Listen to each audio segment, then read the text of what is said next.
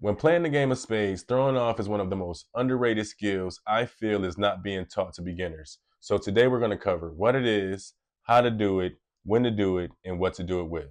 So throwing off, in layman's terms, is throwing out a card from any suit besides a spade, other than the suit of the lead card, due to not having any remaining cards in that suit. Now, the reason we don't include spades is because when playing spades on any other suit, that will be considered cutting, and that's not the same thing as throwing off. Now, throwing off is usually done for one of two main reasons, which we're going to cover in this video. However, there could be other scenarios which this strategic play could be useful. Scenario number one, you're either second last to play or you're last to play, and your partner is already winning the book or statistically should win the book. In this scenario, as you can see, you are last to play as all the players have already played their cards, with your partner having the winning card so far with the king of clubs. Now, you have no clubs in your hand and you can pretty much play anything.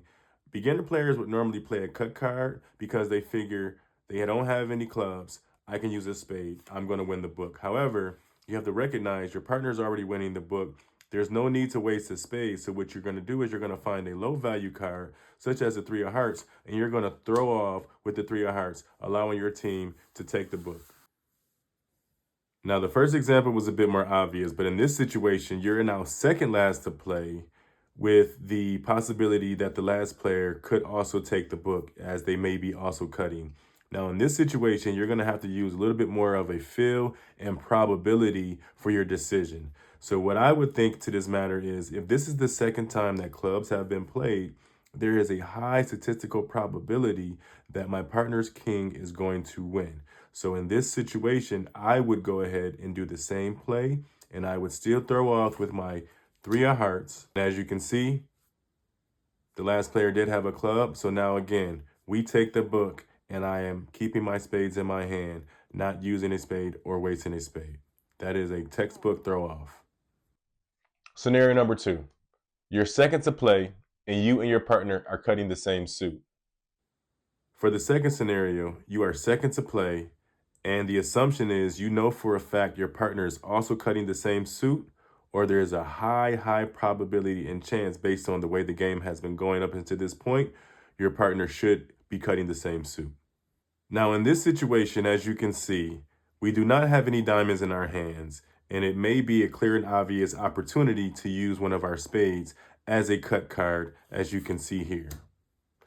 However, as a strategic play, we could use a throw off for the simple reason that we have a high chance that our partner has a higher spade and has a higher chance of taking this book. So why would we waste a spade if we do not have to do so?